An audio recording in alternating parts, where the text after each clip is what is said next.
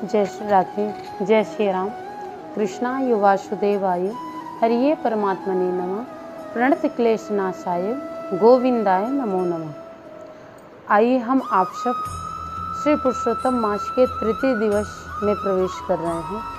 हम आप पुरुषोत्तम मास के तृतीय दिवस की कथा को श्रवण करेंगे। कल हम आप सब कथा विश्राम किए थे कि नारद जी पुरुषोत्तम मास की कथा के बारे में नारायण जी के मुख से श्रवण करते हैं कि पुरुषोत्तम मास क्या है, इसमें क्या करना चाहिए, क्या ना करना चाहिए और इसकी उत्पत्ति कैसे हुई। इस विषय में श्री नारद जी नारायण के मुख से श्रवण करते हैं। आइए हम भी वही श्रवण करते हैं। श्री नारायण प्रभु नारद जी से कहते हैं, हे नारद, पुरुषोत्तम मास की उत्पत्ति कैसे हुई। इसकी उत्पत्ति हिरण्यकश्यप के वरदान के कारण हुई और इसमें इसका एक नाम पड़ा मलमास। इसे पहले लोग शुभ नहीं मानते थे। प्रत्येक राशि, नक्षत्र, करण व चैत्रादि 12 मासों के सभी स्वामी हैं, परंतु मलमास का कोई स्वामी नहीं है। इसलिए देव कार्य, शुभ कार्य, पितृ कार्य इस मास में वर्जित माने गए थे। शादी, विवाह, मुंडन, कर्णवेद ये सभी संस्कार इस मलमास में नहीं हुआ करता था। ये हर तीसरे वर्ष में आता था मलमास, और इससे दुखी होकर स्वयं मलमास बहुत नाराज व उदास रहते थे। इसी कारण सभी ओर मलमास की निंदा होने लगी, और जब इनकी निंदा होने लगी तो मलमास को सभी असहाय, निंदक, अपूज्य तथा संक्रांति से वर्जित कहकर लज्जित किया करते थे। अतः लोक भसना और चिंतातुर होकर अपार दुख समुद्र में मग्न हो गया।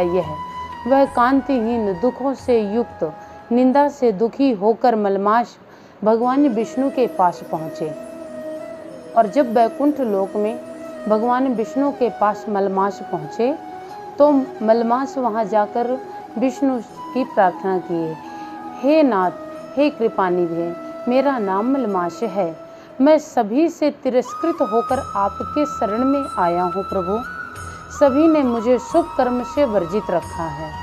अनाथ और सदैव घृणा की दृष्टि से मुझे लोग देखते हैं।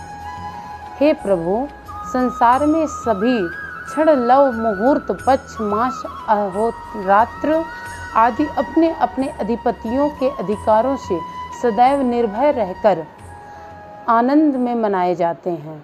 मैं ऐसा अभागा हूँ जिसका ना तो कोई स्वामी है और ना ही कोई धर्म है, ना ही कोई आश्रम है। इसलिए हे स्वामी, मैं अब मरना चाहता हूँ और मरने की इच्छा लेकर आपके शरण में आया हूँ कि मुझे आप मृत्यु प्रदान करें। ऐसा कहकर बड़े दुखी मन से मलमास शांत हो गया। और जब मलमास के इस दुख को भगवान विष्णु देखे तो भगवान बोले, हे मलमास, आप चिंता मत करो, आपके दुखों का निवारण होगा। और मलमास को गोलोक धाम ले गए श्री विष्णु जी। और जब विष्णु जी गोलोक धाम ले गए, जहाँ कृष्ण रूप में प्रभु बैठे हुए थे, भगवान विष्णु मलमास को श्री कृष्ण के चरणों में नमस्कृत कराया और कहा, यह मलमास वेद शास्त्र के अनुसार पुण्य कर्मों के लिए अयोग्य माना गया है, इसलिए इसकी सभी निंदा करते हैं। यह दुखी होकर आपके शरण में आया है। हे गोविंद, इसके दुखों का आप निवारण करें। और इस प्रकार से मलमास प्रभु का सुंदर दर्शन पाया। आइए, मलमास का नाम पुरुषोत्तम मास कैसे पड़ा, ये हम कल की कथा में श्रवण करेंगे। तब तक के लिए मैं आप लोगों से विदा लेती हूँ। आप अपना ध्यान रखें और पुरुषोत्तम मास में जब तक नियम संयम बरतें। और तब तक के लिए जय श्री राधे, जय श्री राम। धन्यवाद।